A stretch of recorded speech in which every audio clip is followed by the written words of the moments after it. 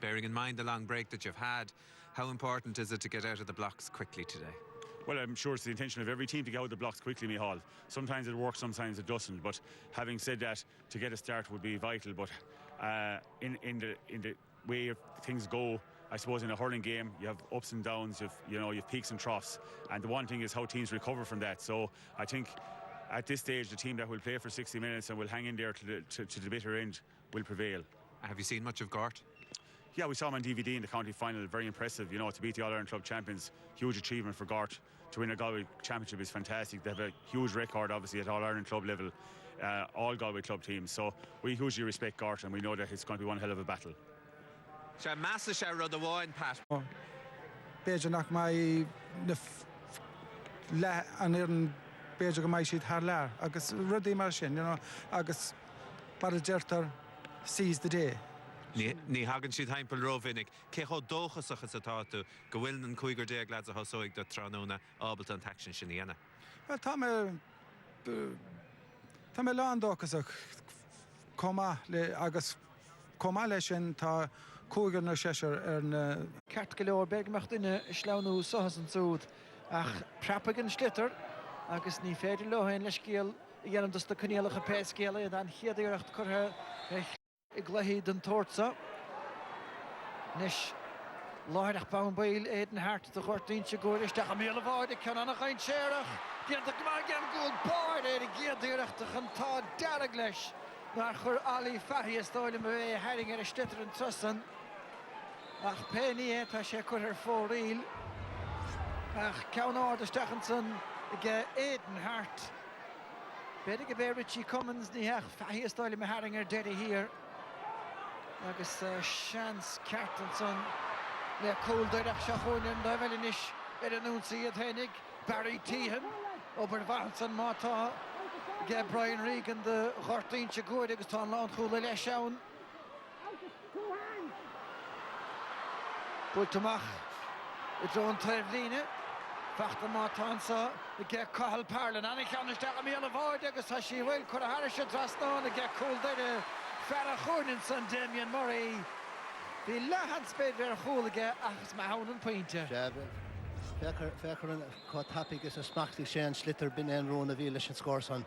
Dúmpi sé go tapig agus díreach ar an drastan. Lí Íbháil agus Damien Murray agus tá slú bra takeisteach féidir súla beidir 3,000 mar sin gan an neiscéal agus na fórna gan techt an ús iad an recht údach ligna begáin leanna chuis. De fort na ghail. Agus tá Murray bhuchail, tosnathe go maithansa, agus Coolderry, agus Gáfin. Agus an deise go féinnig inis. Dua a chur ar a bhar a haistig. Féimú a chlár a scóir tránhón agus an taxin diantan san godas, Gerard Quinn.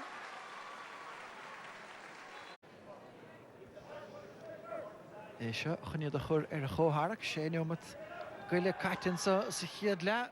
Seolta isteach aige agus tá an bratáir a thuistigh go bar a chub mar sin. Se Brady ach dianta go deas aige fahi sin pointe ní ha tite hábhar gara. Weil de rinne ar an nuirt san tahi alí fahi droghotúna bethe sin. Sé be ceart bhfuil beganí níos leidre is é chríoch nó. Chur isteach an son fan an talúna ge Barry T nach cearnamach a ríist. Grealish an sa. Áma gethiach an céthach luiseocht chun céin Joe Brady. Fear mór grí tíagar agus é gimeacht leis amachchan sa saola dro Cathal Parlan. Necha go maltóir feic mí cheatla sin seoltaisteach an san I dro an lína lán tosig. Joe Brady féimú go maith agus a gimmert go maith. Martin Corcoran. Sa geisiúd agus áard féinte go dó ge Corcoran an son agus an crincín chun tosa go ríist ge buachlí fáilí. Áard scór go Joan sin ó Martin Corcoran cahamid anna chuid mulla thuirta Joe Brady tá sé tar éis gá cheann íontacha a chur in a lábhann sin agus d'éirigh leis a pass a thuirt an sin de Martin Corcoran agus anna bhfuil ar fad anna faointe. Seachtó go bheith Seán Bán Bernach seo chuann go maith mar chóra go dtí sin isteanta go deasan sa ge Killalea. Bheadh sin Cooley agus O'Donoghue. Capscription cin ar a bhád aige ach d'éirigh leis an cumán a chur lethe ceart go leor agus scór anna Iasaige Ferrachúne. Se gan dawr hog sin passan sin agus ní raibh chéan rud amháin ina heagne agus fechar se níos ceigear rinne na cosantóirí gaíar chun é thuáil, ní éirí gló a chuid agus scór deasan sin do deirda donna thuistigh sa cúne. Se bíon fircúne bhchail néta agus ach na múil ina go immartha. Buinn siad an méid is fearr as féidir leo as blúiríocha beag a spáis. Nis ceanna le seoltaisteach a méle bháidin san cathal páirlan fós an sunnastig ach ní héach ceanna beard agus tá an paiste sin agus gréim docht dagan a gé Joe Brady ar an son. Nis dianta go deas a ríist i gé páirlan slí dianta gé go hénig agus bhfuil si chuidir na cúlí gé tá go dain. Pas ar aigeach chuir chun letaíige agus smachta go deas na Tá se sulir go bhfuil Coolderry ag irí ina gach seans chuna an imirta oscailteach an tom go léir agus na cosantóirí a thuirtamach chuna chéile agus d'éirigh le páirlan brethir an gceann son híos ar an glíháin agus críochnigh sé go hanmhathe. Chiad scór. Bhirtaíonn si gúir i féhrún sanna stíigech an fód seasta an trosa ceart go leoracha. Seolta fada. Brisir fachtan go háirtar éigen chuileach agus ní héna leis le héit sin de hensa chur háris a trasnáin agus tá míid chom a ríist. Na chom a ríist agus tígur ní fechar seán is fiise chun an ceanson a bhla leidir go leir chun é chur an drasnáin gan dátar be. Ach tígur ní tá Égan de bhrain Carol Godíise. Stechan san Damien Murray. Fachta má tansa ge Cathal Páirlan. Sé ddírig teachtar Murray leistigdach tá bheitdianta gé as a stúim hénig an son agus tá siblóid a chothú i gé Páirlan istig. Tá Páirlan go maith tá sé crín agus céan ar éirigh leis an céad sean sa fór sé scoráil. Tá sé tar éis teachchuig go féin go hanmha idir an dálín agus fechar se thar a ghúlinn chléan sin anna scór fad. An sin agus seans anna éasca go Joe an sin ag Gort Quinn chun na fórna chur chóscóir ríis. Se agus sé seo an cearú báta iad a bheith ar chóscóir. Se he seo gan dát. Fachta ríist an sunnastig i gceist a cúla Joe Brady agus bhfuil a chéile córa leacha go talún go mí rócreach an sunna ge Brady go dlisnach mátá agus nó táchtach. Nes Barry Tíhan búilte ar i glíháin agus í seoltaisteach go glóirt an sunna ge Har se drasnáin agus iad gafach an cín báta bhainile. Ard scór an sin a Barry Tíhan agus é grisíos an glíháin agus cruith sé chans dó féin is féidir agus gannach srachéchan a bháin trasnar a chúlinn sin cúlínáil in sin agus a ríis Steach go allí fethaí gúil an cumasán díomhála dhéanamh.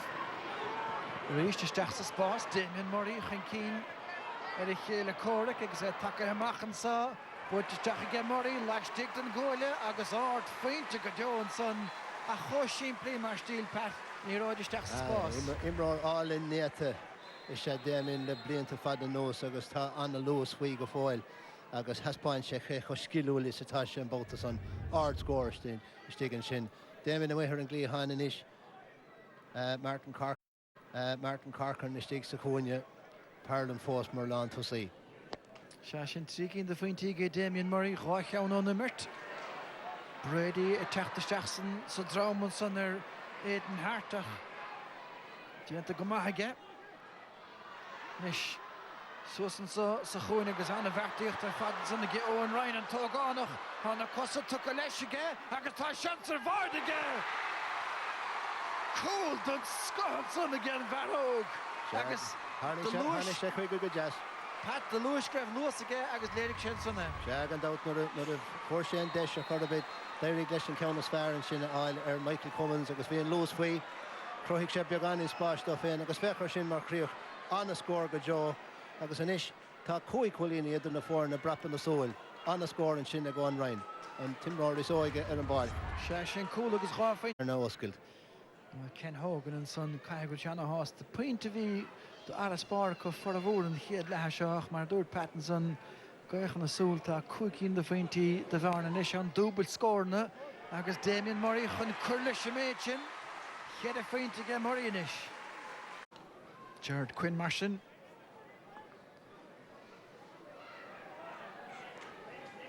Ishil Gear ach Crane Hunson sin a dhéanamh gníos mó tosa stigan an dá tá cuiide go beidir nach bhfuil tuchar síos go fáil agus beag siad asúla beidir teachtasteach san imirt níos leidir sa darna le. Coolderry má tá an nóachtam san na lár na park agus well sún gan jasan sanna ge Commons an trosa ach Damien Murray take níar a dúig it sannéir agus ó sa hiún siirge Damien Murray Peinte áling fad agus tá sé seo agus Ryan sa chuoine agus racha dhéanamh go. Well tá Murray anna chrín mar a dúras agus beidir gur bhéon difricht is mó atar a beidir na go bhfuil tosathe Coolderry ag imirt níos fearr. Go dtí gon sé omtas fé i man nimmer a chaí fehi dierig Shelley Vagotten san na choréis na coolla he déanamh an óhin. Má tá fachtan sahanis ge Richie Commons agus nach glóte sin leis. Glóite. Mar féinte drag réir fad an san I guess na Gailivig. Glóite mar féinte chaiste chuige bhí duine bhí an Alan Carker na géirí an ceann san na hógáileach agus d'éirigh le duine éigen clip a thuirtan slittar uig agus d'éirigh le Richie Commons teachtasteach agus fechar sin mar chríoch. Hama anna chóirthan sin cóirthamad éireann go bhfuil do rábal tá freigra chut tapig san na thuirt. Nis George Quinneréis agus tá sé fénig sásta lei sin agus a chúrsaige bhach na bhaid dhéanamh sanna ggéir chúrsaí stáilm Damien Murray agus tá sí sin seolta craindéirecha dir na cóilíige.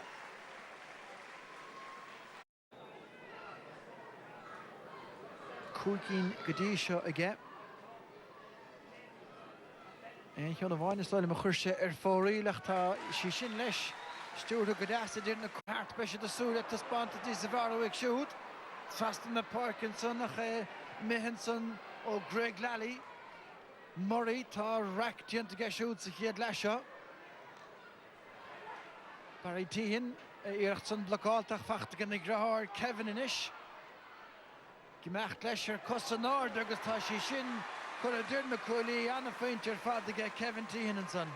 Anna hús cortha ag a Coolderry don darna leithin stigan sin agus bhí Damien Murray stigán agus thug sí seansan a dóibh féin agus faoiarra hir hail créicnig an glúiseagan sin le Kevin Tíhin.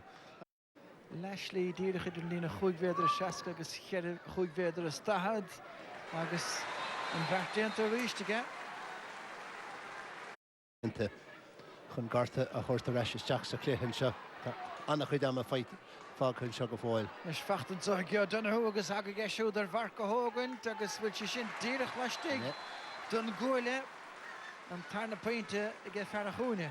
Sé fuair sé cúlaí na bháin sa chéad le agus nuair a bhrisin an ceann san amach chuige fechar chu tappagus a bhí sé chun sin a chur an drasnán. Cúlín Jason sin do ghirt.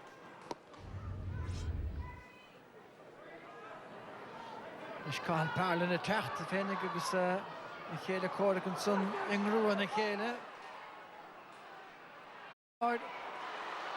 De chortainte gúireach fóstaigh le Murray ráid agus fachtan sahanis ge Martin Cochran a Murray gafaláistig. Detra sé seo bheith cinúnach agus tá cólaim sé het san hawl.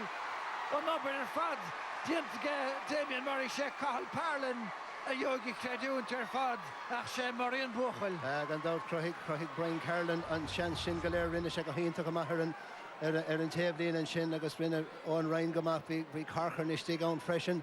Bhí Damien Murray sa glúiseach gá uair agus críicne sin leis an ceann sin a chur trasna chúil agus bhí cathal pálan ann chun é sin a chur isteach sa líon táin. Cúlín cinúnach beidir 8 gólín idir a fórna inis agus ganna ceire nó méid go le imethe sa darna le. Seas mór a chuide tá cúil agus gá féin Linan an son taig an trosa.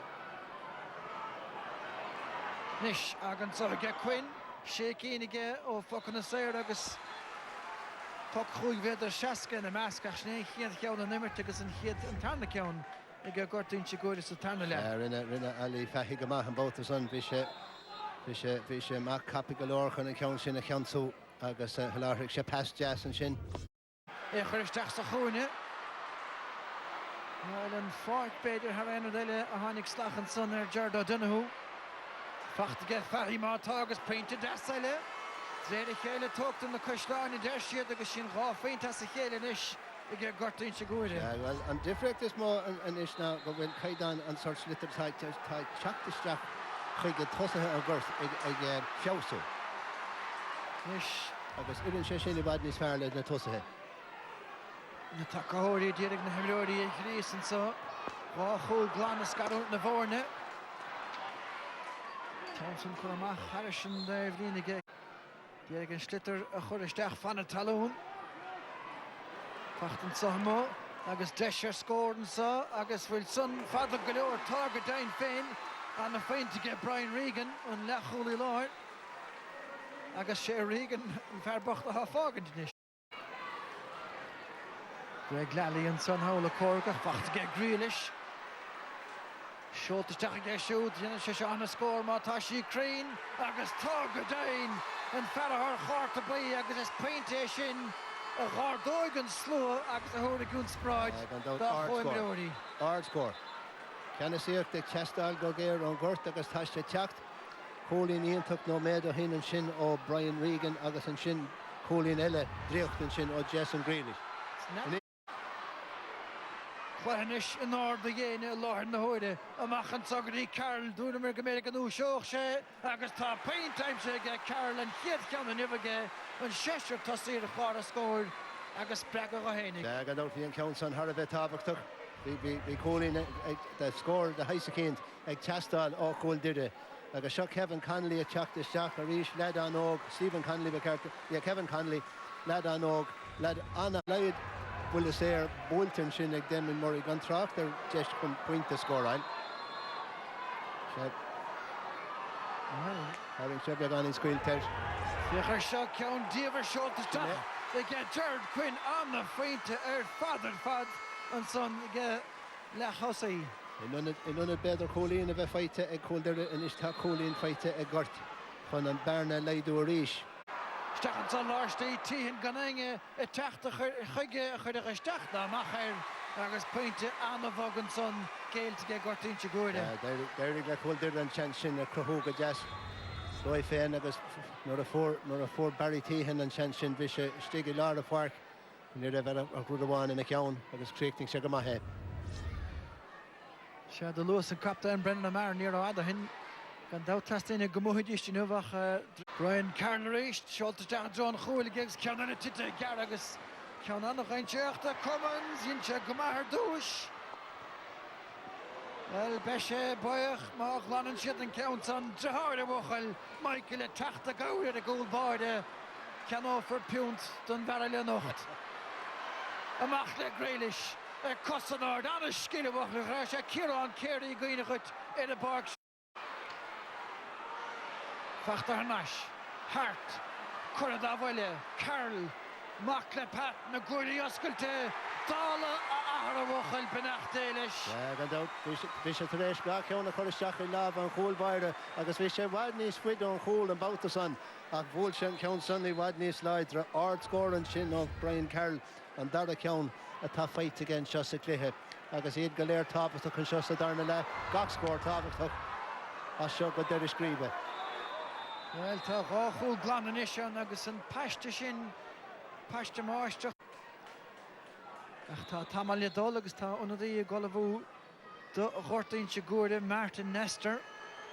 Ach sé Quinn tá gníomhach láir na hóide agus pointe leim sé geisiúd. Tá Quinn ag Roher má ge Kennedy Nestor riamh de chóil. Rí Stephen Corcoran agus tá fearbáid sé amach. Harrison Lean and son. Quinn. Ceann amháin scóráilte ag gagadí sean sin sa chéad le. Se bheith seo an 10 ceann aige agus tá go dain. Achas má hána ag gíach befar aile ténig bhfuil a giún féin dianta gas na tosa heile. Gan dát tá garta a sóil bhí garta sóil a níos má scóir na beidir an na tosa eile. Déanana go hanmhád an gairt. Nis. Damien Quigley, Damien Murray bechórach am mará agus sin tochtú pointe ag seot an hóna. Rís ag fáil na scórna anna chríonn go Joe an Tom Galéir. Agus cólíonn idir na fórna. Seachún Coolderry réist, Brian Carroll, a sé hénig am óchtán slitteristig. Beste tá sé cruúig cinenne réist a lára hénig at son, aché siúd blocált agus Cathal Parlin, na chóntaach an díogris agus an crogat a léirúsa agus builin na martha na meice le teachta Damien Murray héna hochta gan siúd agus áit láile pádraig i glutha Canister Club cinnte again. Ní dóil an ghuiile an dá faoinis troigh siad deisiún tuchtdóid féin an sin an pas dearnach ó Martin Corcoran an sin go dtí Damien Murray agus níl mór an daine ní bhaile níos fearr na Damien chun seans na mar sin a chríoch nó ceapan. Héna hocht is stáile a haim se gé Damien Murray an tran sa córacha agus déanamh go maith gan Eoin Ryan.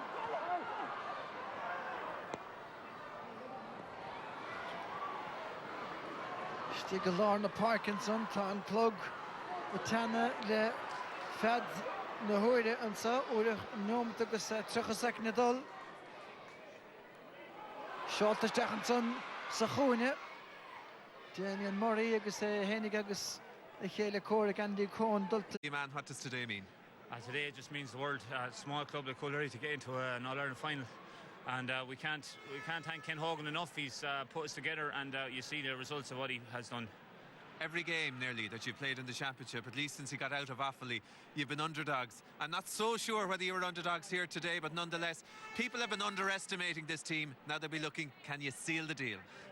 Look, it's another match. It's a big test now in the next St. Patrick's Day now up in Croke Park. Another day we'll go home, we'll prepare again. There's a lot of level-headed guys, and we've been a big tradition in our club, like, you know, and we'll do what we can. When you needed the big scores today, you managed to get them. 3 vital goals scored at different times in the game when they were really, really looked for. Look, Limerick is a big, wide-open pitch for Club Hurling, and we've some very fast forwards, and the lads got into the positions and lucky enough to finish when they got in. And then, of course, you had to do the job at the other end of the field. I think it's fair to say, other than the goal chance that Gort had in the first minute, there was very little went through you. Are you proud of the defensive display today? Look, we've had a strong defence all year. Look, there was still we still conceded a lot of frees, and we've things to work on. There's still by no means did we can play a lot better than that now, and but we're grateful to be there, and we'll take everything we can. All right. Gurmila Mahagat, Joe Brady, a startling and Shotranona, August Thaw and banished. Cohardachas, you heard Joe Brady's words there. It means an awful lot to Coolderry. What does it mean to you? It means everything for ourselves. I mean, we always talk, and in the dressing room doors, it's us, you know, and that's basically what it's about. It's about this team out here. We're just facilitating a very good and committed team, and thankfully we got over this one. It's a semi-final situation that obviously, you know, getting to Croke Park is a dream come true for these lads. But having said that, we're going to really have a tough assignment in the final, and I suppose, you know, we'll dwell on this weekend and winning this semi-final, but preparations are going to be really tough and intensive for the final. Coming in as you are a Tipperary man, a proud Tipperary man, but I'd say more than a little years becoming Offaly as time goes on. How impressed have you been by the way that these guys have prepared themselves, not just for today, but for the campaign in its entirety? Well, in fairness to all 4 teams, you know, they have put in such a huge effort, particularly when you train through the winter, November, December, into January, and now we're into February. And of course, Patrick's Day is 5 days, I think 5 weeks today. So, I mean, all teams have put in as much effort in the Piercy, Glockeel, and Gort out there, you know, to see the way the Kema has in the second half. Really tested our mettle, and I suppose at the end of the day, we think about the winners tonight, but we also have to think, I was in that dressing room as well many as a time when it didn't work out for us. So we're one step forward, but again, there's no cup for today, there's no cup inside the table, and at the end of the day, both teams in the final will be trying to get there. You're Vlad Clia, go Park Vic Ale, a Gashlán.